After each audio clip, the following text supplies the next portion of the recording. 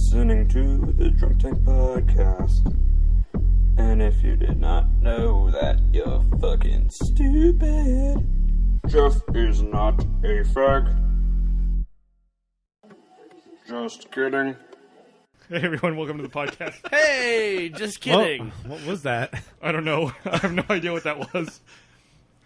That was our intro song. I'm so confused now. I'm excited. I don't feel properly introduced. You're Jack. Oh, hi, I'm Jack. There's your introduction. Do you feel properly introduced now? That's Gus over there on the ones and twos. That's me. Ones and zeros. I feel obligated that we should tell people who's not here as opposed to who is here every week. Madame Curie is not here today. That's true. Sigmund Freud, not Freud. here. Jeff is not here. Oh, that's true. We also have a very quiet Joel Heyman with us today. Hello. How you doing, Joel? I'm okay. How are you? I'm great, because we're going to have a short podcast this week because of the holidays and stuff. We're all trying to get out of here. Short podcast.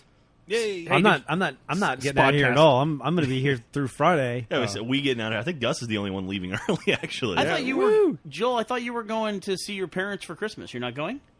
No, I mean, I don't. I mean, if I do, I'd like to go, but if I do go, I will be booking tickets at the very last nanosecond. Nice. And I think if Christmas Eve is Friday, I'm at least working through Thursday. I think Christmas Eve is Thursday. I think Christmas Day is Friday. I think if Christmas Eve is Friday, it's 2007, right? You might be right about that. How does it work? You know, those people who can calculate in a year, any year you give them and a date, they'll tell you what day of the week it fell on. You get, like you say, January 27, 1978, and they can tell you what day of the week it fell on. There's that the lady from Taxi. You remember her? Like the red-haired? Mary Lou Henner. Yeah, she has Wow. Tony Danza. that. He does not have that. Are we playing this game? I didn't know there were people who could do that. They're like, Yeah, because Rain my- Man with dates. Have you seen Yeah, Have you seen my that? ability is if someone says that, I can tell you a name that has that ability. Have you seen the guy over in Europe? That's my ability. It's almost as good. Have you seen the guy over in Europe who was able to? He was able to list out pi to 10,000 places by memory. This guy's got to get. He's some like super intelligent dude. Like he has like weird, crazy memory. Like he basically has the Rain Man like syndrome. Like the Rain Man thing is actually a legit thing. He has it, but he's actually like he's able to socially interact with people. Like a lot of those people have. He's that, English. Yeah, but I mean, a lot of those people have that. No, like, I know this guy. We're good friends. So you're saying your pals? he programs our website. is what Yeah, you're saying. yeah. They call that Asperger's syndrome. Okay. No, no, this is it's something not different. Asperger's. It's Like- autism. Yeah, it's a form of autism. It's this guy. That's he's- Asperger's. Asperger's is a form of autism, So in the- Bernie's defense. In the Venn diagram, it would fit. Yes. with him. It's the guys who are. It's that new class of person that's very quirky and very smart in specific ways, and maybe isn't up to snuff socially. So basically, nerds I have are the- now I being have- labeled as I have the reverse of Asperger's. that. By the way, that was the entire full medical protocol right there. That was the exact description of the syndrome. Were you reading from the New England Journal of Medicine? I couldn't turn around and see. Yeah, it was. Wow, it's riveting. It's metapedia.org. By the way, don't go to that website. I have no idea what's at metapedia.org. It's webdr.com. Whatever happened to WebMD? I think they're still around. Didn't Dr. Coop got bought by WebMD, right? Dr. Coop was a big company here in Austin. Yep, Dr. Coop got. Every time I drive by that building, I still think of it Yeah. as the Dr. Coop building. Off Mopac? Yeah, it's like Mopac and Far West or something Yeah, right like there that. at Far West, just north of it. Just so you know, if you don't know who Dr. Coop is, he was the Surgeon General under Clinton or Bush Sr. I thought it was Reagan. It may have been he was an Reagan. older Oh guy, yeah, the guy with the beard. Yeah. Yeah. Oh yeah, he spanned like 3 or 4 presidencies. It might have been Reagan. That's and Colonel the first Sanders. Bush. And he was kind of a nutty dude, didn't I he? think he was started with Reagan. Yeah, and went through. I think the first Bush, yeah. One of his things that he said was he wanted to encourage masturbation in order to curb HIV infection rates. And that was kind of a wacky thing that he said. That's good logic, I suppose. And if you've never That seen dude deserves his own website. I think he deserves his own line of fish sticks. The way you ever see that guy? Yeah. He looks like he should be on He's the first dude rocking a beard without a mustache. Most Dangerous Catch. You know? Like The Gordon He's hauling Fisherman. crabs out of the sea. he'd be like he'd be like in a congressional hearing with like a big steel cage full of shells and crab. God, yeah, that guy. If not that, then he's definitely making furniture in Pennsylvania. While masturbating. while advocating for masturbation. I should look up. I should check my sources. No, that's totally true. You said it. Allegedly. Let me go to drcoopjerksit.com. Sorry, Dr. Coop, not Dr. Koo. Two totally different things. Yeah. Oh, man. So what do we do this weekend, guys? I went to a party at Jeff and Griffin's house. I was there. I also did. I did a couple different things. I also got past a Left 4 Dead 2 campaign on Expert with realism mode. This is the one you had trouble with Joel, right? Joel and I weren't even playing realism mode. We were just playing Expert. And Joel, how long did we play before we gave up? You haven't been on the podcast since we talked about I think this. it was probably after the 9th time that I had shot you in the head. How would you describe the overall mood at the end of the 4 hours of playing Expert? I'm sure it was positive. I was right? ready to kill everyone. You know, it's like it would be cool that in that game, in that mode, that if you did get bit by a zombie, you get turned into a zombie, and then it's almost like Versus, where you're on the other team now. That would be cool, right? And you know you would attack them, right? You would not help your friends. The only problem with that mode is you imagine probably everybody running out and immediately trying to get bit by zombies so they could be on the other team. They could play So the what they fun would have side. to do, so what they'd have to do is like you'd get bit by a zombie, but not know that you were a zombie. So you still have the same interface or whatever as like you think you're chasing after humans, but I don't know. Or maybe It's gotten confusing. Or hasn't it? maybe Yeah. you only get one life as a zombie. Like once they kill you, that's it. You have to spectate the rest of the game. Oh god, there's no worse penalty in video games than having to fucking Watch other people play. yeah. That's the one thing I hate is like when I'm dead as a zombie in Versus and just like spectating, waiting for that fucking respawn timer to hit. It is the worst. It's long, too. Yeah. That's what she said. 20 seconds. She played the smoker. I want to issue a very quick retraction. It was not Dr. Coop that encouraged masturbation. It was the lady afterwards. It was Jocelyn Elders, the Surgeon General. I don't know where she fell in the man. progression She of was. Surgeon I think she Generals. was Clinton, right?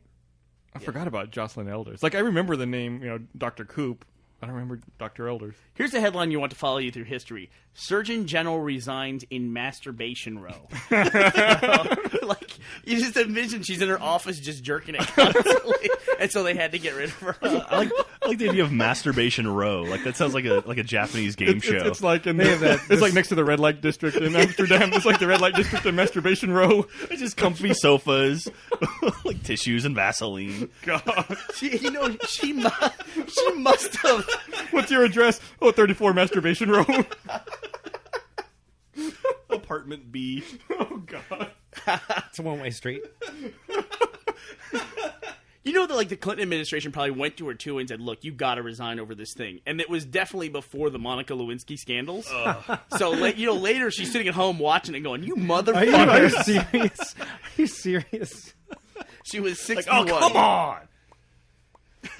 You killed it, Jack. Well, in 1992, she also told abortion opponents to, quote, get over their love affair with the fetus. I don't think that did. Wow. So apparently she was pretty outspoken. Wow, get over your love affair with the fetus. God, she's Wow, dude, wow. what they call a divider. Do Surgeon Generals have to go through like an Vetting? approval process or a vetting? Yeah. I think they do. It's called med school, buddy. Don't they have like some Don't sort they of have to sit hearing? in front of like like a Like they did that with the most recent one, right? Not who it was going to be that one guy who was a TV show on like CNN or something like that, and then Gupta, what was his name? He was going to be it, and then Right. somebody else. They eventually went with. You know what I would say? If you want this to be a legitimate position, when the president appoints this dude, he's the dude who does surgery on the president. Like that, he actually fulfills that job. Where if I get something I need to have surgery, this is the guy that's going to do it. God forbid the other party controls Congress, because that's going to be it. It's like, oh, another one died. Another one died. We don't even know what happened. He wasn't even sick. It's not anything going to work. He had an ingrown toenail and somehow ended up dead. How did Dr. Drew from Loveline get to be Surgeon General? oh man. Checks and balances. This has been a fun podcast already. Jeez, we should Yeah. do these shorter ones more often. We should just quit while we're ahead yeah, right all right, now. game Fuck it. over. Who knew the Surgeon General was such a fun topic? Like, damn, when we played last night, we finished it last night, this Left 4 Dead 2 expert campaign on realism. I was so angry. Who'd you play with? I played with Panton, and I played with Mukau, who is the Oh, God, you played with Mukau. Mukau, the longtime commissioner of Griffball. He's actually pretty good at Halo and first-person shooters. So. He had Well, never, no, but that's not the problem with playing with Mukau. It's not that he's good. It's just that he talks a lot. Go ahead and mark this on the time so you can edit around it. well, Talks a So it lot. was you, Patton, and Mukau? and 13 Church from the site. I don't know. Who 13. goes by Jeff now, Jeff on the site. Okay. As opposed to our Jeff, who's Geoff. Or Finch, who's a different Jeff. Yeah, all the Jeffs. Who's Mojo Pin. We played the mall level, which is called Dead Center, and in the 4 hours, We played the third level, which is the mall level, where you have to run through the whole thing, and it's a super long level. I think we played that level about 2.5 hours. Oh, Wow. I have no idea how many straight runs we did through it, but everybody by the end of it had about 70 deaths apiece Jesus. by the end of the whole campaign. Man. At some point, you just have to be like, all right, I'm done. I can't go on anymore, right? We reached that level about 15 times, where we were just angry. This game is terrible. Well, that's the thing. That's the thing about that game, especially when you're getting beat down. You get beat down so badly. Like at the moment after you get beat down, it's like, man, we didn't have a chance. We didn't have a chance. We're gonna do this again. But It must be like what the Washington Generals feel like every game. Here we go. They're running with the ball. Well, that's what happens. He's got a ladder. What the hell? That's what happens when you even have that period of the gameplay where it's not good enough that you're dead. You're incapacitated, where you're laying on the ground and your friends aren't helping you. it's the only game that depantses you before it kills you. It's the only game where it's like, see, you suck. Watch, see, can't do anything. Your death is going to slowly last a minute and a half. Yep. Here's the portion of the gameplay where you learn to hate your friends. Yeah, where you know there's that possibility that if you had friends in the game, they would save you. We're going But they're not to saving give you a gun while you lie there, but it's not going to kill anything. No, it's not going to do anything. No, seriously. That's a complaint I have. That goddamn fucking pistol, dude. When you were laying there, how many times have you shot a zombie in the fucking face and it does nothing? Let me tell you something. On realism mode, you will be just opening up on somebody with a machine gun while they're running at you, and they make it all the way to you and bop, hit you once, and you get that little slap. And you're in the mall, and it's all these women zombies, and you're like, sweetie, get a fucking job. Don't hang out at the fucking mall. I was so angry by the end of this. I was like a loom weaving a tapestry of vulgarity. And when I was on the ground, and these zombies are kicking me and hitting me, I was imagining their life story and yelling at them and screaming at them. Meanwhile, Panton and Mukau are just trying to continue playing the game. Oh man, it's funny because that's almost similar experience when you're at the mall walking by the perfume counter. It's pretty much the same fucking thing. When I played Dead Rising on the 360 when it first came out, I found going to the mall afterwards to be a very creepy experience. Like, you turn a corner and you just see a bunch of people in the middle of the hallway. Mm-hmm. That would creep me out. Sort of like the Jaws thing, where you can't go into the water again? I couldn't do that. Do you think maybe Dead Rising 2 will spook you on Vegas? Absolutely not. Probably not. No, I don't think anything. I think Ocean's 13 did that for me. Should we say we saw the new hotel? Yeah, we flew out to San Francisco for work the other day, and we connected in Vegas, and as we were landing, we thought, holy shit, look, it's City Center. It looks like it's done. When does it open? Oh, it opens tomorrow. Yeah. City Center's the brand new... the day after we connected through there. Is $2 billion or $4 billion? It was an $8 billion hotel casino. Wow. And it just opened up. And have they sold out all the units? Because that was a place where they sold condos, right? Right. I don't know if they're all sold out. I would guess no. There's no bigger They scaled the construction back. Yeah, they did. They made the building shorter than they initially had spec'd. Wow, that's an interesting concept. Yep. You just stop. Okay, let's just cap it here. Yeah. Well, they moved it. It was going to be over by the Circus, right? And then they had to move it further south towards the main strip. That would be the creepiest place in the world to have zombies. Circus. That would be creepy. Like Vegas clowns. Ugh. That'd be the worst. Then yeah, that'd be terrible. It'd be a great setting because you mind like the Cirque du Soleil zombies that are they're all acrobatic and jumping up at you and 4 stories in the air. Goofy costumes. Yeah, they're wearing a skin tight unitard and speaking in a French accent. What's the French word for brains? That's a good question. What is the French word for brain? I think it's Germany. Hey. Wah, wah, wah. All right, and cut. We're on such a roll until we got into the political Eastern European humor. Yeah, the political staff appointments in the U.S. were hilarious. European, not so funny. Not so funny. Not so much. So, what else did we do this weekend? We went to Drunkmas. You guys got off a plane and came. Yeah. I didn't. Gus, why didn't you come? Because I went home and I fell asleep till 1 p.m. the next day. God. No. Hey, so did I. Really? Yeah, but I went. I didn't. I fucking went home, went to sleep, and woke up like 14 hours later. Well, I can tell you, everyone missed you at the party, Gus. I'm sure they did. I was trying to get a mob together to chase you down at your house, like torches, stuff. But zombies. I would have headshotted all of you. Man, I got home at 4 a.m. and then woke up and went to family Christmas the next morning. What time did you have to get up? I think I had to be up at about 8:30. Jesus. Yeah, it wasn't good. What are you doing for Christmas, Gus? I'm staying here in town, I think. Yeah. I'm cat sitting for the Ramseys. Are you really? Yeah. That's your Christmas? That's my Christmas. I'm going to spend Christmas in Jeff's underwear playing his Xbox. You heard me right. God, can you hide stuff all over their house, like cheese in the air vents and stuff? Oh, Jesus. Let's do that. Those the ringer things, right? Do you still have those? Oh, the little buzzers that I use? Noitron. I don't have any left, no. I think I took one of them. Yeah. I think I have one. Yeah, they found them all pretty quickly. Really? Yeah. And then my kid found one of them and tortured me with it for a few weeks, too. Karma. When I came into the office this weekend, everything at Brandon's desk was upside down. His keyboard was upside down. His mouse was upside down. Chair was Yeah, upside down. why is that? Yeah, I saw that this morning. His monitor was upside down, too. And actually, the cleaning crew was here, and she came in and asked me and said, hey, everything on Brandon's desk is upside down. And I said... When he walked in this morning, he walked in and he said, why is my chair upside down? Well, I don't know why. I think Jack can explain it, but I said to her, it's either because he really doesn't want you to touch something on his computer, and that's his way of demonstrating that to you, or it's because somebody else in the office is fucking with him. Either way, just leave it exactly how it is. And it turns out it was Jeff fucking with him, right? Yeah, Jeff and I came up here on Sunday because Jeff is actually he left for Alabama on Monday for vacation, and so him and I had to work on some Achievement Hunter stuff before he left. We'd record some VO, so I was sitting there getting the stuff ready to record, and I look over and Jeff's just flipping all of his stuff upside down. Yeah, there was an upside down Master Chief helmet from the Halo 3 Legendary Collection on his desk as well, which I thought was a nice touch. Like perfectly balanced Yeah, upside down. it was really weird. It's Jocelyn Elder's figurine that he has on his desk.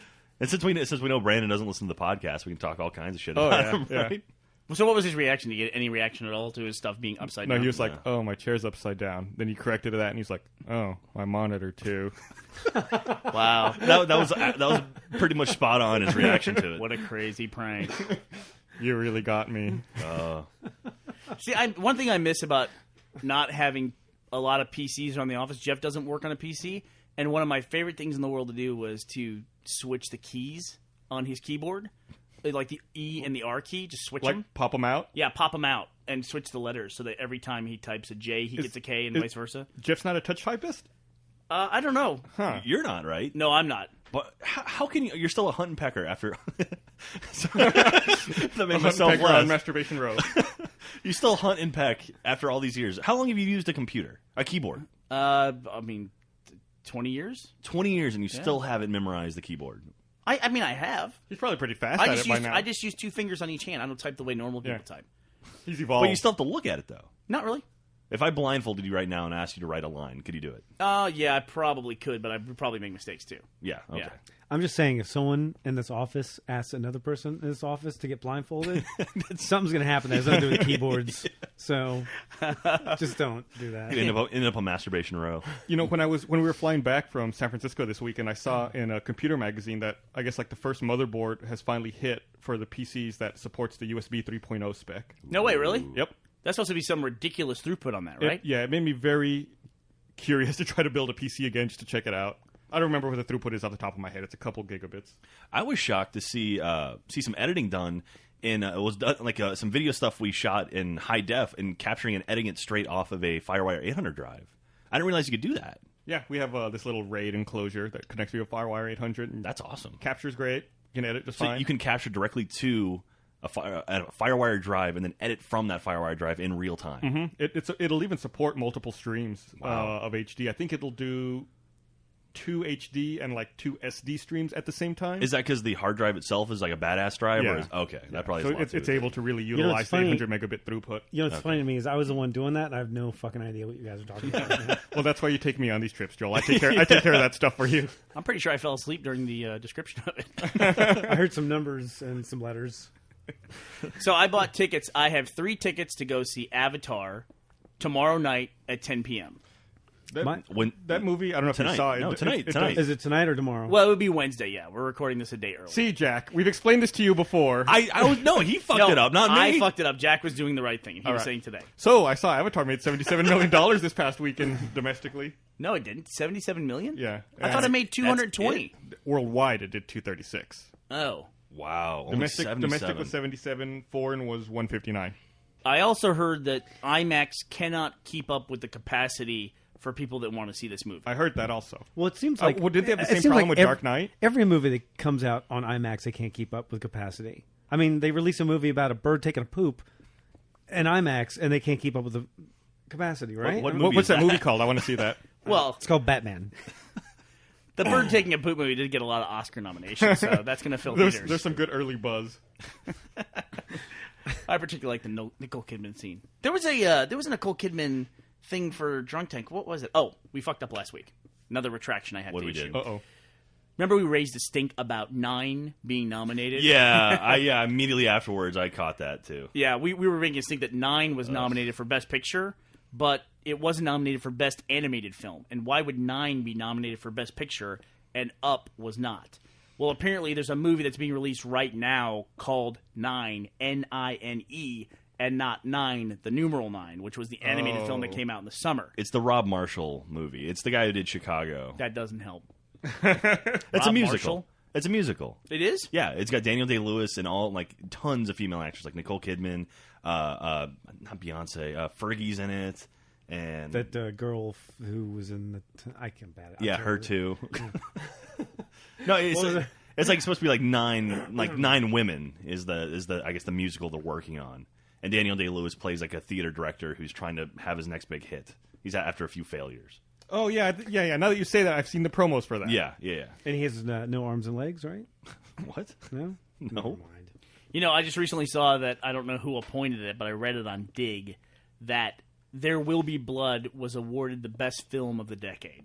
Really? Yes. It didn't even win Picture of the Year. No. The best No. film of the decade. In its year, it was beaten by... It was beaten by No Country for Old Men. Right, which I would say would probably be up there for best movie of the Yeah, decade. I like No Country for Old Men more than There Will Be Blood. Yeah. I agree. I saw them within the same week, too. I think I did as well. I did a thing last year, which I'm going to repeat this year, where we went and saw every single Oscar-nominated movie. That's right. I saw a few of them. And- Best Picture nominated, why right? is... Yeah, Best Picture. Yes, thank you. Yeah. But there's 10 this year. Keep that in mind. I haven't really seen many movies this year either. No. Well, do you think Up will be nominated for Best Picture? I think it should be. No, they won't because they fucked up and they made that animated category. That's true. Then it'll be nominated for that, but it won't be nominated for Best wasn't some Picture. foreign film nominated for Best Picture recently? I believe it Was it Crouching Tiger, Hidden Dragon was No. nominated? No. I think it was Life is Beautiful. Life is Beautiful That- won, didn't Yeah. it? Yeah. Won Best Foreign Film. It, Was did not win, also- it did not win Best Picture. But it was also nominated. Do you consider Slumdog Millionaire to be a foreign film? No. Okay. I Well- think you're thinking about Life is Beautiful. No. I'm thinking of shit. I can't think of it I now. don't think Crouching Tiger, Hidden Dragon was nominated for Best Picture. Call Was me it not? crazy.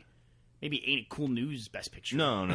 I thought it was. Crouching Tiger, Hidden Dragon? Yeah, I thought it was. I honestly thought it was nominated for Best No. Picture. I think Rush Hour 3 was nominated for Best Picture. There's I no mean, need- am I wrong? Crouching Tiger, Hidden Dragon is not exactly... Oh, no, I'm not There's saying no it's need a to good get movie. snarky here. Jesus, people. I'm not saying it's a good movie, asshole. I'm just saying it got nominated.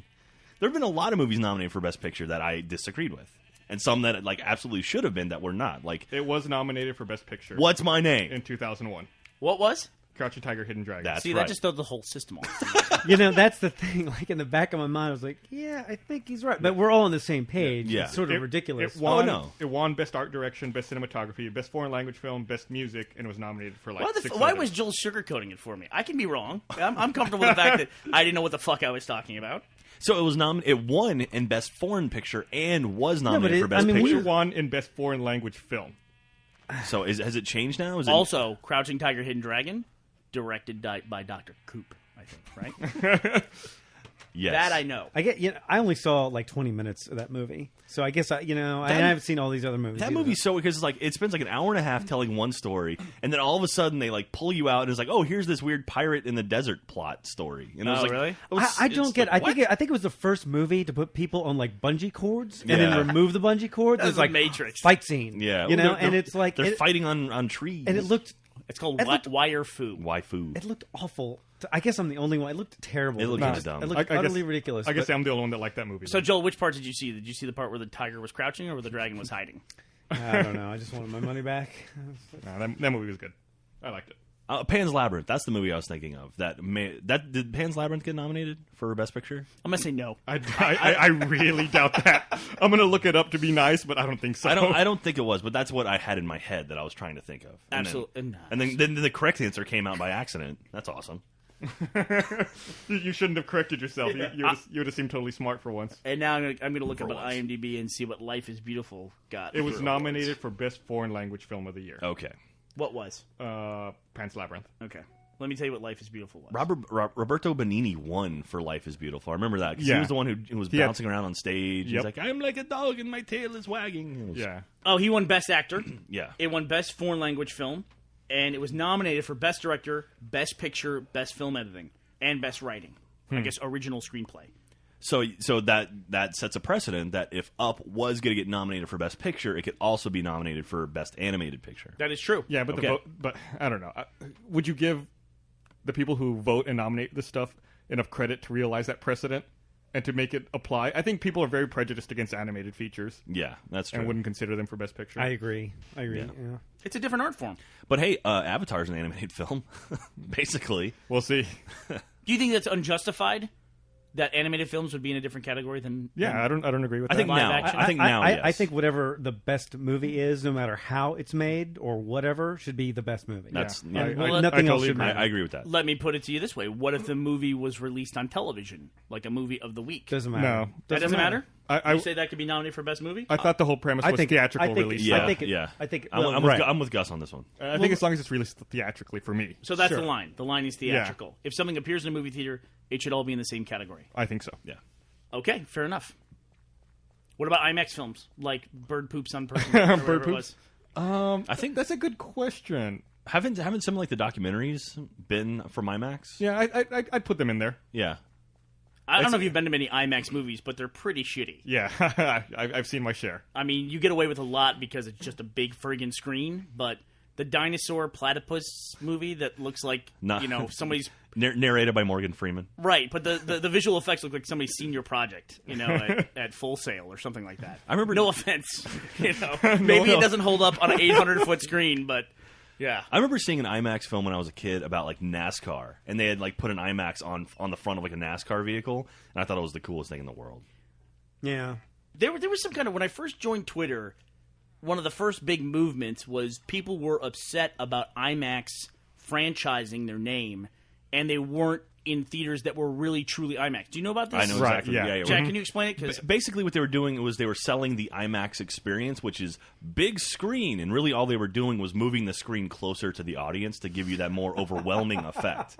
And so they were basically selling their name as the IMAX experience, when really it was a normal screen, just you were closer to it. I love it. Because IMAX... I love it. Basically, IMAX you get shittier seats, and that's IMAX. Yeah, IMAX sells better than I'm Closer, right? Your eye is at the maximum closeness, IMAX. Duh. I mean, I can see why people misunderstood the marketing. Stupid. But yeah, I remember. Yeah, a lot of people got pissed off about that. I don't know if anything really happened with that. Like that tends to be the trend. There's a huge uproar about something, and then it just kind of vanishes. Yeah. No one Really? talks about it anymore. I remember there was one in San Antonio that was an IMAX theater, and it's not a real IMAX theater. Yeah. And there's very few actual IMAX theaters. Yeah. You know, when you mentioned that Twitter outcry, reminded me. I read the other day in a Wired magazine, like someone had it's like a ask the internet knowledgeable person, and someone wrote in and said, "I changed my Twitter icon green back during the Iranian protests. When is it okay to turn it back to my normal color?" See, that's the without thing. Without losing Now, face. that's right. That's Now exactly you're there. what you had mentioned. That's right. Months ago. Yeah, this pseudo-political activism is... Right. There's a moment in time when you have to say, I'm not really all that into this anymore. Yep. So the person asked, and then I guess the Wired has a columnist who answers these kinds of questions, and he answered. That was one of the questions he answered. You stick with it. Wait, right? wait. No, Wait. he What said- was his answer? His answer was, "You can take it down at any time because honestly, that doesn't matter." He said, "You're obviously more interested in having like this pseudo." Cool, do nothing approach to activism versus putting boots on the ground and actually doing something activism. So why don't you go do something instead? The Wired guy said that? Yeah. Kudos to that guy. Yeah. Yeah, so he said, why don't you get in touch with Iranian his organizations in your answer- town and actually do something? Right. So if the question was when is it appropriate to take it down? Yeah. The answer is you're a fuckbag. The answer was That's the answer. anytime because it doesn't matter. The answer is you're a fuckbag. Do something, you douche. Yeah, it's like, thanks for asking, bitch.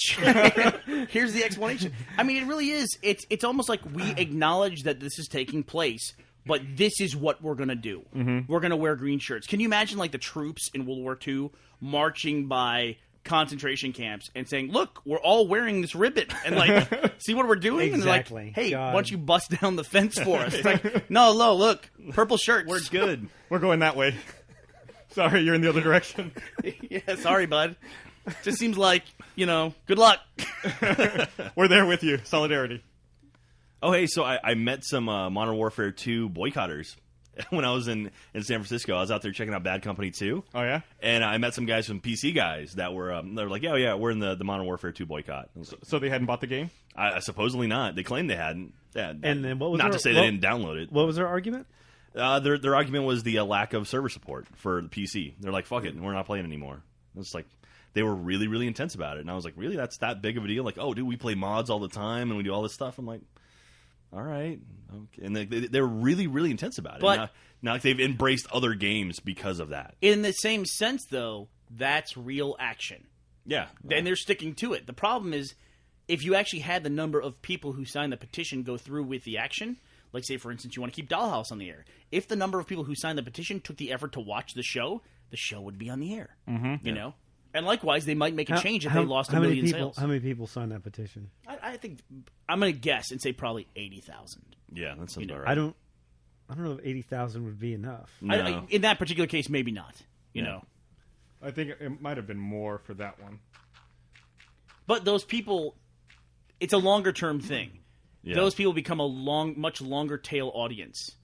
I mean, games like Halo 3, which is now 3 years old, the dedicated fan base there's hundreds of thousands of people online playing that game at any given moment. Well, the funny thing with these guys I was talking to them later about PC versus Xbox gaming, and like my sort of philosophy is I'd rather be on a comfortable couch with a nice TV and like surround sound. That's when I play my games. That's how I like playing my games, as opposed to sitting in front of a computer with a mouse and keyboard. Right. And so, and then these guys were like, "Oh yeah, well, I played Modern Warfare 1 on my Xbox and then on my computer, and I liked it on the computer a lot better." And I was like, "Oh, you paid for both?" And they're like, "Oh no." And it's there like, you go. I'm just sitting there like, It's when our really? you're Not. God damn it! And then here we are, a game developer playing a game, and it's just like, come on, man. That drives me nuts. Bernie, you and I had a conversation about this, about pirating software and stuff recently, and it's at some point you just stop doing it. At some point, you stop doing it. Yeah, you just have to. Yeah. Well, you don't have to, but There's if you have any sort of morals, you have to. There's a lot of people that don't, but there's a lot of people who don't see the inherent problems with that, and that's what drives me crazy. yeah, I mean, you can't bemoan the death of PC gaming when you're the one pirating. Yeah, absolutely. Like the example you gave of those guys. Yeah, and it's just like, come on, man, really? on a more practical level, I mean, that's a lot of theoretical discussion of what will happen and what won't. I got back into PC gaming, and I got my system set up to where I could run PC games. I asked the site to help me out pick a video card, which, by the way, after going back into PC gaming, having been out for a little while, it's impossible. Like, you read the system requirements and it says, this should be better than a GeForce 96 iQ card. I'm like, what the hell? I don't know what level that is. How do I know it's better than that?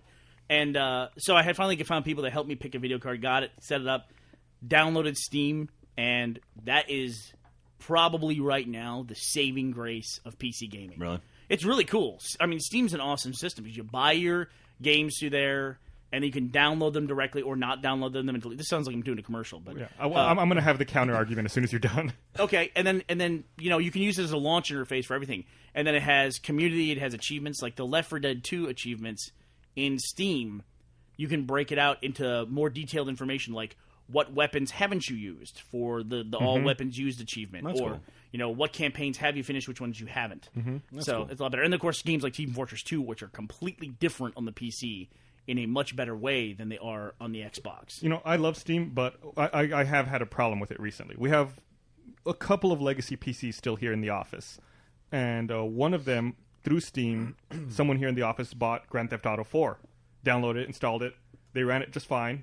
Then one day, all of a sudden, they try to launch it, and it doesn't work anymore.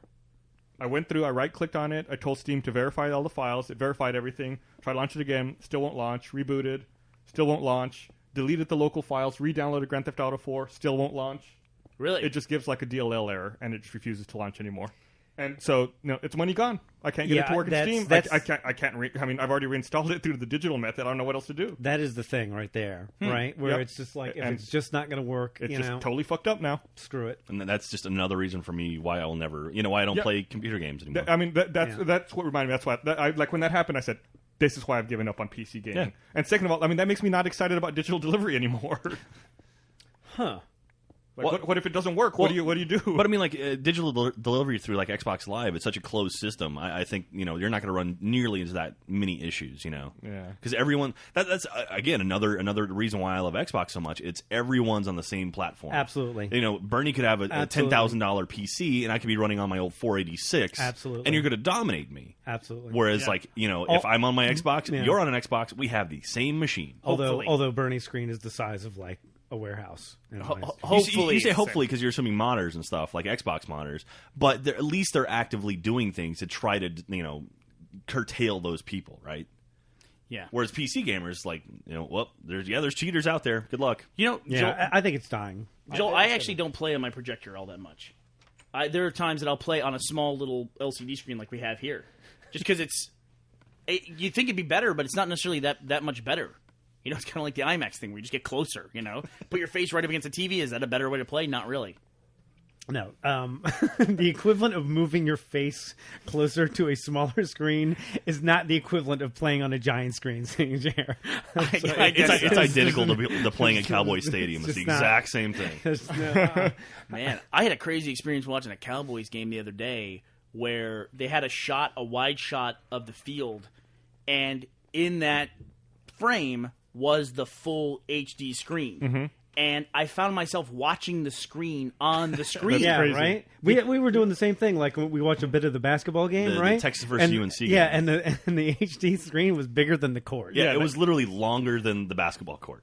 You have like 1 pixel per person. It was ridiculous. You can have like a 1-to-1 mapping of the actual molecules on the court and in the air. But on the TV, it's weird because you're saying what the TV is showing me. That TV on the TV has a better resolution than the TV that I'm watching. It's like when you put two mirrors together. Do you get that like weird vortex thing? It was kind of like that. Did you see yourself within the TV in the TV? Like was it you sitting on the couch watching? It was pointed back at you. Yeah. And then that vortex sucked in the Cowboys' playoff chances. Basically, dude, they beat the Saints this weekend. What happened there? That was due to happen though because I think the Saints pulled out a couple. Not easy, I shouldn't say, but they very kind of lucky victories. Yeah. Like, did you see that win they had against the Redskins? Yeah, God, good. Yeah. That was a combination of odd luck and weird mismanagement by the Redskins. Where basically, like, the Saints throw an interception directly, I can't remember what it was, directly into the hands of the Redskins defensive back, and he catches the ball and he runs back, and then, like, the Saints wide receiver just walks up to him and just like, oh, I'm just going to take the ball from you. And then runs him back for a touchdown. It's like, what? It was two change of possessions and a touchdown in one play. Jesus. So if we're talking about sports, let's just let me throw this out there. Vince Young and the Titans are now at 500. They started 0-6, and now they're 7-7. And you know what was weird? Awesome. And you saw like Ricky Williams and on the same field, right? Yeah. Vince Williams. And one of those games, the only game that Vince Young lost was to the Colts. The undefeated Colts. Right. That's fantastic. I am happy on the Tennessee Titans bandwagon. Hell yeah, man. I am on the Tennessee Titans. I love those guys. And this angers Bernie to no end. Yeah. What? I grew up as a Houston Oilers fan. Oh, okay. And so they took Don't take it out on Vince. Because I'm not taking it on Vince. I'm taking it on Bud Adams, okay, the terrible Tennessee Titans organization. I just love that video of him flicking off the crowd. Was that in Houston when he was flicking off the crowd? No, it's probably Tennessee. But who cares? He always flicks off people, give him money and support him. Fat old fuck. I've never in my life heard of a team moving cities and then it disappears. Even the Browns moved to Baltimore, and then they got the Browns back later. Eventually. Yeah, but the Oilers name is gone. There's another team in Houston now. The Jazz even moved to Utah, and they're still the Jazz. Yeah, the fucking Los Angeles Lakers. Nothing like better than when I go to Los Angeles visiting the lake. They just got rid of the Oilers. It was a team I followed my whole life, and that's why I don't watch pro football. Yeah. Fuck them. When are the Rams going to move? You got to think. What is LA going to pick up the Rams? You think? Again? I don't know. I mean, L.A. would be. It seems like why is there not a professional football team in L.A.? I know they had one because they left. Because I think they have a problem getting the stadium situation. Is that what it is? Resolved. I think that's what it is. Would they play in the Coliseum? Or they'd have to build one. That's the thing. I think every owner who's willing to do it or whatever, like, okay, we'll play in the Coliseum, but I want 200. Whatever, to upgrade the Coliseum. That's another thing, man. Why do we get pro sports so much goddamn money? I don't have any other business where the taxpayers have to pay for their place of business. Well, that's like the Superdome. Like the Superdome was rebuilt on taxpayer money, right? And all of it, all of it's the premise of like, oh, well, if something goes wrong, we can use it as an emergency building. No shit. I mean, Katrina, that was the most useful that building's been in 40 decades. Yes, up until this season. I don't think it's 40 decades old. Just to be sure. When Lewis and Clark came across the Mississippi, they found the Superdome. The Indians had fashioned it together with sticks and concrete. And then the Colonials had ye old dome. The Superdome would have been an interesting investment. I wonder how much you could have bought the Superdome for right after Katrina. Oh, man. Just if you would have... I think the repairs were something like $300 million. I believe it. And of that, like the guy who owns the Saints ended up paying like $10 million out of pocket, and the rest was all government bailout stuff. Or not bailout, come on, that's a national emergency. It's not like a bailout because he has a bad team. I mean, that was a natural disaster. Well, they had a couple seasons where they probably could have gone from there. Well, no, that was the thing too. Is like they were nervous that the Saints weren't. I mean, the Saints spent a whole season not at home. And they were nervous that the Saints were just going to move to like Oklahoma or wherever else or San Antonio. You think the NFL, well, maybe not the Saints, but you think the NFL generally probably wants a team in LA, Oh yeah, absolutely. Just based on some of the footage that I saw and some of the stories that I read, I bet $200 million of the $300 million was spent on bleach. That's what I would. I was going to make the joke, but I thought it might be inappropriate. I would have. I'm glad you made it though. That place was so. And it's nothing against the people. I mean, they're clearly in a horrible situation, but they had no plumbing. And that bleach comment was like really before the flood, really, just to clean out. I mean, a lot of the damage was done before Katrina. Yeah, just to clean out the 1990s 0-18 season they had, or whatever that was. Yeah.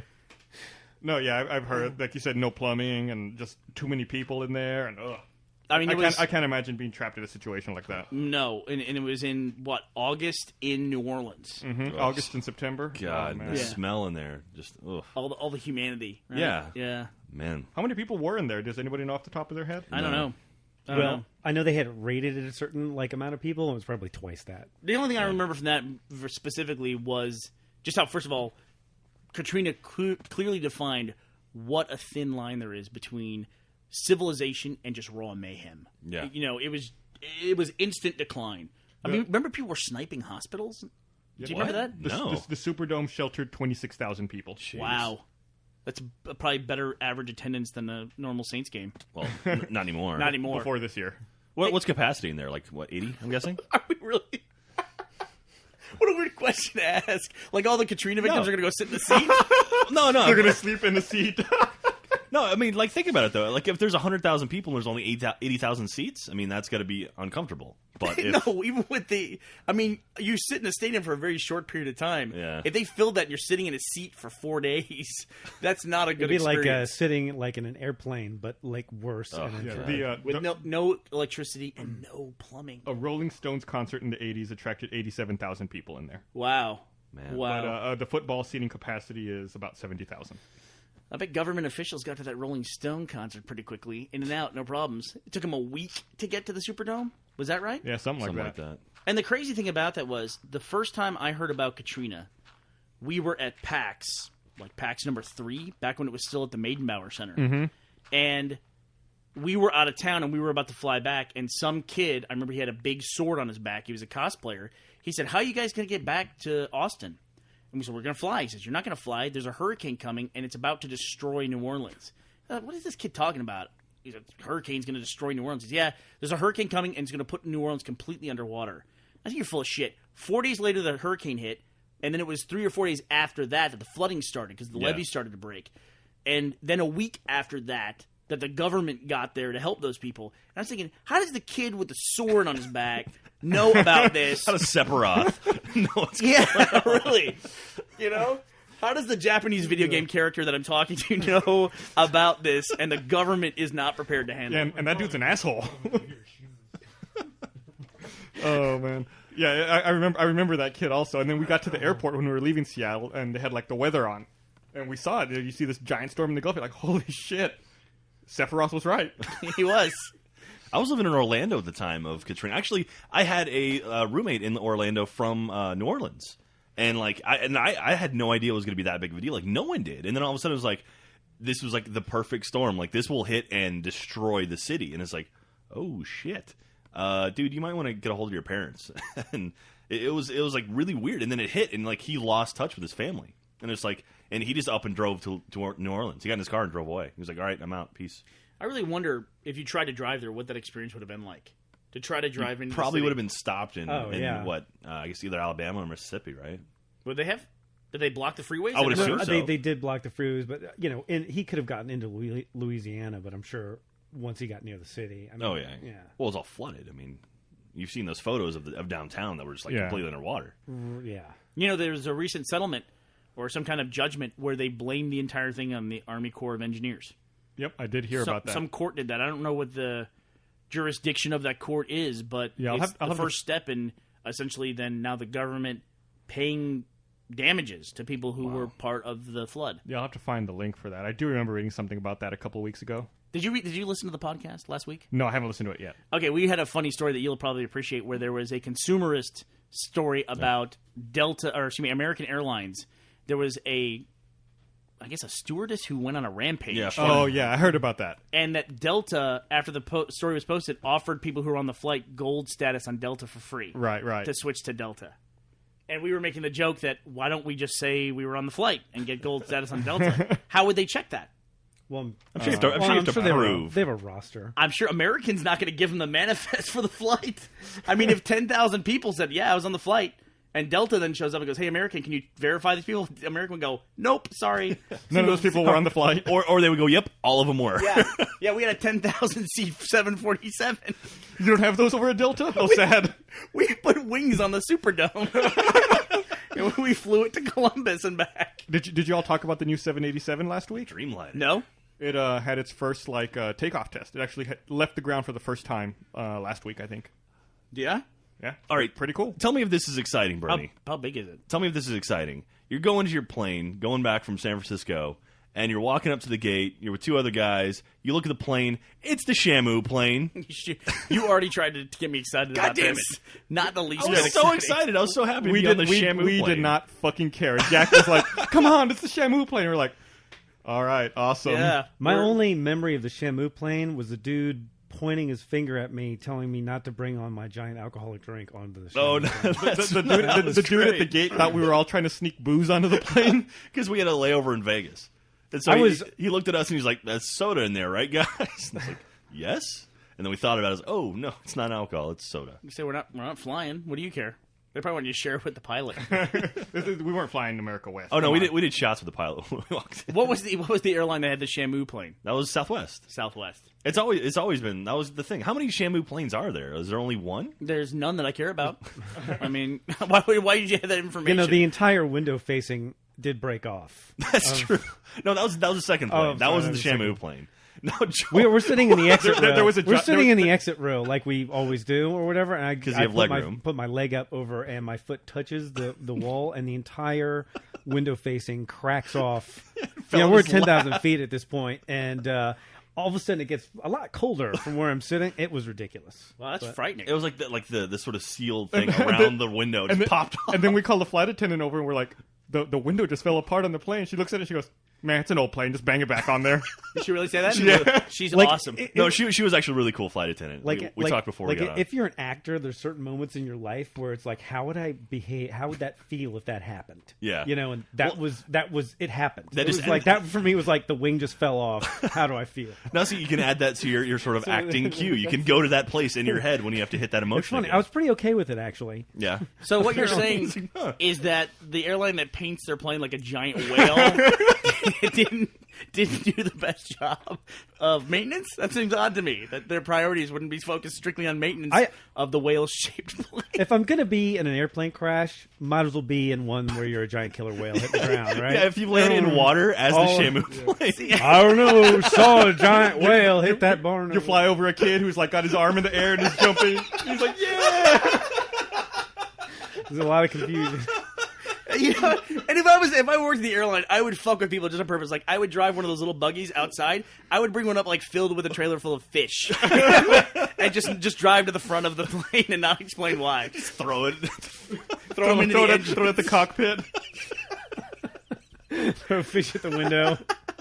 Smack. You want a little pro tip that I always do when I get on a plane? What's that? All right, when you're getting on the plane, which I don't understand the traffic of getting in and out of planes. They act like it's a big fucking rush, and everyone's just standing in the aisles bumping each other and everything. But when you're getting on the plane, when you're in the doorway at the front of the plane, there will be a plate, almost like the VIN plate on a car.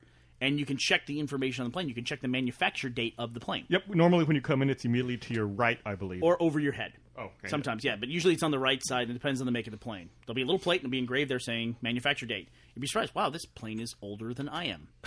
You know? The majority of the 737s are pretty old, right? Yeah, I don't...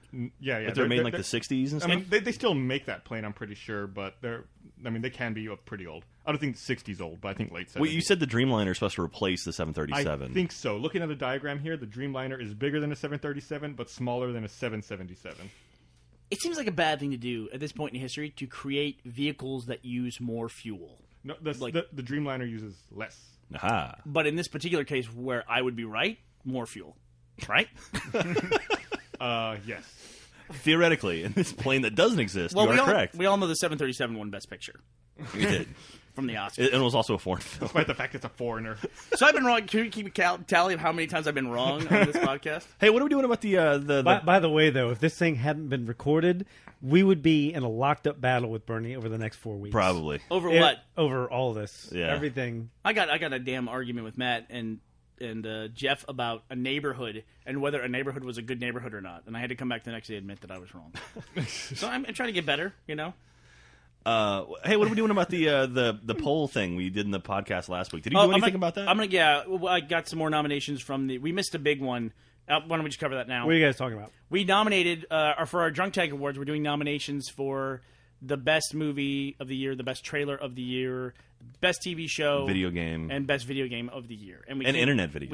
Internet video. We came down to 6 nominees, and the only thing that the fans suggested that we missed out on was 2 things. A few people said for TV show we should have nominated How I Met Your Mother. Great show, and I agree with that because we didn't nominate that. Never seen it.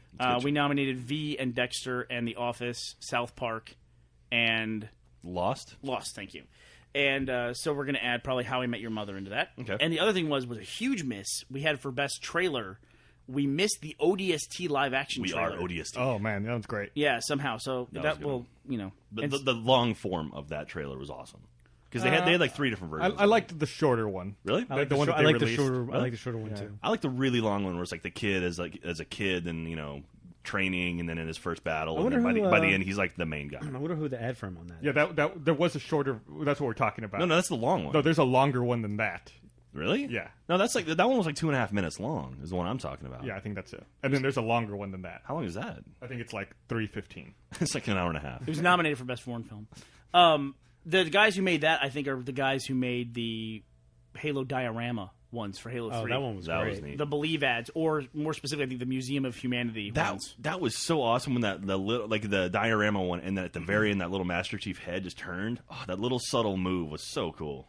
Yeah, I thought it was awesome. You really buy into some really, to me, stuff that's kind of obvious, like that's like Shamu playing. Like when I watch it, I think, oh, they're just trying to make it look cool, and you're like, cool. You're just too jaded, Bernie. I guess maybe I am. You know what I mean? You've worked in advertising now for how many years? No, I try not to do that though. I think I have a pretty good ability to suspend my disbelief. But there's certain moments and things where I feel like I'm seeing too much of the director. I think out of all of us here at the office, Bernie has been the least touched by the ad work. Yeah, and I think that's a good thing. Huh? I think I've been less touched by filmmaking in general. Like we had a discussion with Gavin. I don't sit in a movie theater and think how they do that, how they do that, how they do that. I just kind of I'm watching a movie. Hey, look at that explosion. Yeah. But there are moments that I think feel heavy-handed. Like that felt heavy-handed to me. And you loved it, I loved it. I didn't think it was heavy-handed. I think it was obvious. What else could they do? They had to do that. in that moment, that's the moment that had to be. Okay. Right? Did you see when someone took that commercial and added the RB and the Chief sound to it? Really? The head turn, he goes, oh. I did not see that one. Yeah. It's like blasphemy in a weird It was way. like this really beautiful commercial, and the end is all. Lol. All right. Is there anything else we want to talk about before we wrap up this short drunk tank this week? Well, I was hoping in my discussion of fuel, you missed a segue there, Gus. Power that you were plants. that you were going to talk about thorium. Yeah, I really want to talk about thorium, but I've got a lot to say about that. You Maybe were I'll so talk about it in the new you were year. so psyched about that I article am on the still, plane. I'm going to be talking about this for the next year, I think. You think so? Yeah. He's on a thorium kick. I may quit and go back to school to become a thorium engineer. Yeah, that'd be pretty cool. Probably be worth it. You go move to China where they're to farming China it. or India. I hear there is a new civilization. Which is funny game because coming out. it really could be, if you need an excuse for another world war, thorium. That sounds like something like straight out of like Command and Conquer. Thorium. Like the Thorium Wars. Desirinium. Well, I didn't even realize thorium was real. I mine it in WoW all the time. I'm like, holy shit, that's real. Do you know what the stuff is in Avatar they're trying to get? Hey. Okay, look. It's in the No, freaking it's commercials. okay. I don't No, care. no, Hit it, Jack. No, Tell no, him. hey, Tell no, him. no, Tell him. No. Yeah. No. There's Hit it. way too many It's one Avatar more. spoilers out Go there. ahead. I was One saying more. the name of it, not Just how they're it's doing not a spoiler. You're It's not saying it. Don't Okay. say it. Go ahead, say There's it. so many people that haven't seen the movie yet because Oh, people like me my. who are waiting to see it on a big screen. Yeah, I can't even see it yet. Knowing the name of the thing they're trying to get will not affect at all the movie. I don't want to know anything about it. I don't want to go in with Hey, any... Bernie. Do you know Bernie. there's blue people in it? You know Jack, why? Jack, no means no. When I hear the name of it in the movie, I don't want to think about you going, oh, the name is Rockatorium or something like that. That's funny. That's the name of it. You nailed it. By the way, I'm copywriting Rockatorium. You know, to me, like everything that I've seen of Avatar, Spaceshipium. like all the creatures and stuff, kind of remind me of all the creatures out of Fred Flintstone. I just said that, and Ben sent me a spoiler for Avatar and AIM. I just looked at it. Right after I said that, Ben sent me a fucking spoiler for Avatar. That's awesome. How nice. I think people just want to say that they've seen it, and they want to prove that they've seen it by telling you something about it that they don't think will ruin it, but I don't want to know anything about it. Okay. There's very few event movies. Of all the movies, The only thing, to like throw that down on, this seems like a silly movie to do that on. Well, I think the fact was that, like, they were advertising this was a game changer. Like, this movie's going to change the future of filmmaking. And that's what kind of ruined the movie for me. I was expecting something huge, and it's a good movie. I but think- Honest to God, weren't you past that by the time you saw it? I mean, I think maybe I just got bored of it. I Like, think that maybe they did a lot for like the technology wise, like Yeah. on the creation side versus the Yeah. like the entertainment side. but like if that makes sense. I mean, like you say, $500 million movie, and then I'm like, it looks like a Pixar movie. I think they developed a lot of like new camera technologies and like 3D workflows that were impossible Yeah. before, and I think they've streamlined the process a lot and made it a lot easier. Look who's kissing Cameron's ass over Yeah. here. What's the story here?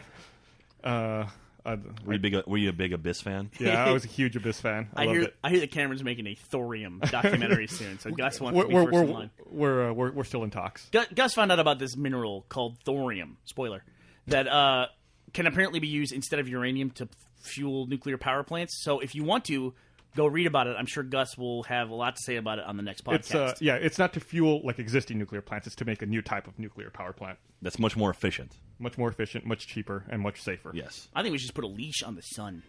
Pull it closer when it's cold. Call it the IMAX Sun Experience. Get up in its grill. Why not? The thing I like about solar energy is when you do it, you're done. That's it.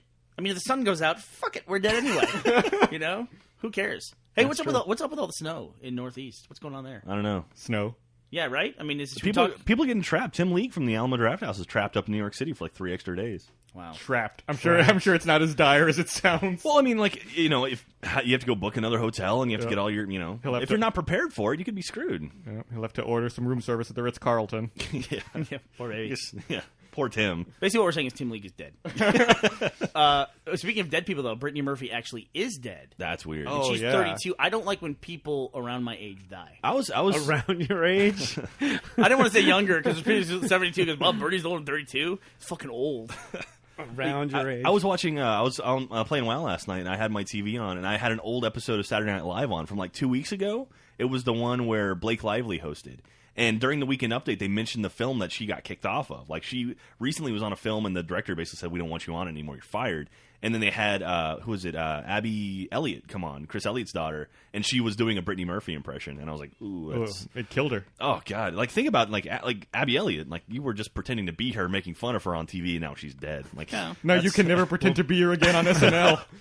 Please don't make fun of me. Well, Will Ferrell did Harry Carey after he was dead, right? Yeah, but that's more of a... Yeah, but everybody saw that coming Yeah, for about yeah. 10 years. Yeah. It's like, I mean, it was like, man, I can't believe he's still alive. Good for him. Yeah, Harry Carey was an old yeah, dude, yeah. you know. But I mean, like, I He'd don't know. been seen off They're for like 50 years. I remember the last game I remember seeing with him. It was like the pitcher strikes out the hitter, and the catcher catches the ball, and of course throws the ball to the third baseman like they do to throw it around. And Harry Carey's like, "Oh, a smash to third base! Oh, he catches it!" It's like everybody in the stadium and TV knew it was a strikeout. But Oh, man. I saw a clip once where it was like a pop fly out into center field. It's like, oh, it could go all the way. And it was like clearly not at all going on. Maybe he went all the way to center field. But the thing Joel's saying is, like, the net result is still an out. Harry Carey's game was a lot more exciting. It was, and it gave the game depth. It's like you could see and also hear a different thing that was, it was, when you'd all smile. We would all smile. And Harry look at Carey's each just other. watching a different game in his head. He's doing play for his game. You get a totally different game experience if you're watching it on TV versus listening to it on the radio. The greatest season ever. I don't think we've ever mentioned this anywhere, and there'd be no reason to. And I hate to even say it because of the circumstances of this week, but actually, Brittany Murphy, she was one of the only people we ever got in contact with for playing a voice on Red vs. Blue back in the early days. Yeah, I was wondering if you're going to bring that up. I had forgotten about that until I read that she died. Yeah, and it was a weird thing where somebody knew somebody who knew somebody, and we showed her the script for Sheila the Tank. This is way back when Red vs. Blue was just starting. And her people and everybody ended up passing on it. And she wound up playing Tucker, right? Yeah, now she plays Tucker. But so that was kind of interesting. And I didn't even know at the time that she had done voice work. It was just... Was that before or after King of the Hill? The King of the Hill had already been on for several years by that point. Assuming. King of the Hill started in 97. And, oh, really? Yeah. Wow. So this was 2003. This probably would have been about May of 2003. But it's just a weird connection. You know what I mean? It never really went anywhere. And I wouldn't have put it anywhere on the list of probable things that could have happened. Yeah. But it's just an odd connection. We were talking about this at lunch. I'll throw it out to you guys. If you were going to cast anyone in filmmaking or whatever, to be a character on Red vs. Blue, who would you want to be in Red vs. Blue? I would cast as a me. hero and as a villain. Like Myself Say. as the villain and as the hero. I think I'm a good voice actor. You could do them. You have the range. Like who would you want to get on the show to come on? Just, like even like a guest stint Are you or even ready? like a season or something. Hit us, Joel. James Earl Jones. Oh, that'd be great. What? Yes, James that's Earl right. Jones, man. I was saying it'd be funny to get like Jeremy Irons, but No. have him be like a tank. Y'all are approaching this totally wrong. I'd have like Olivia Munn Yeah, it's and, right. You're probably got it and right, Tara Reid, the way she looks in her Playboy shoot. Yeah. I'm going to change my answer. The new Playboy shoot or the old The one? new one. I'm going to change my answer. Yeah, and that dude from Twilight. What? Wait, what? What?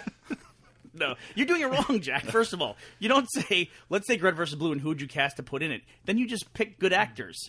That's not, it's like, who would you want to put on Lost? It's like, how about the Pope? Awesome. You know? It's you take, Let's get that Shamu plane. Yes, Buzz. what you do is you take the characters and say, who would play these characters? No. I'm saying like if you had A new role. Yeah, a new role. Like say like in season 20 of Red vs. Blue, you had like you were gonna have a villain arc in the show. Okay. Who would you cast as like the ideal voice of a villain in the show? Miss November. I mean, just randomly, and I'll write a part for her. Isla Fisher. Why not? All right, well, let's wrap this up. That was horrible. It's been fun, except for Jack, and I hope you all have good holidays. And we probably won't have another podcast till next year. That's not true, because we're going to do the announcement of the winners that we did from the nominations, yes. and I'll explain that right now. Go to roosterteeth.com/drunktank every different day of this week until next podcast. We're going to put up a vote for one of the categories and do the audience award, and then we'll do our awards in a short podcast next week if that's approved by you guys. Approved! Yay! All right, thanks, guys. Adjourned.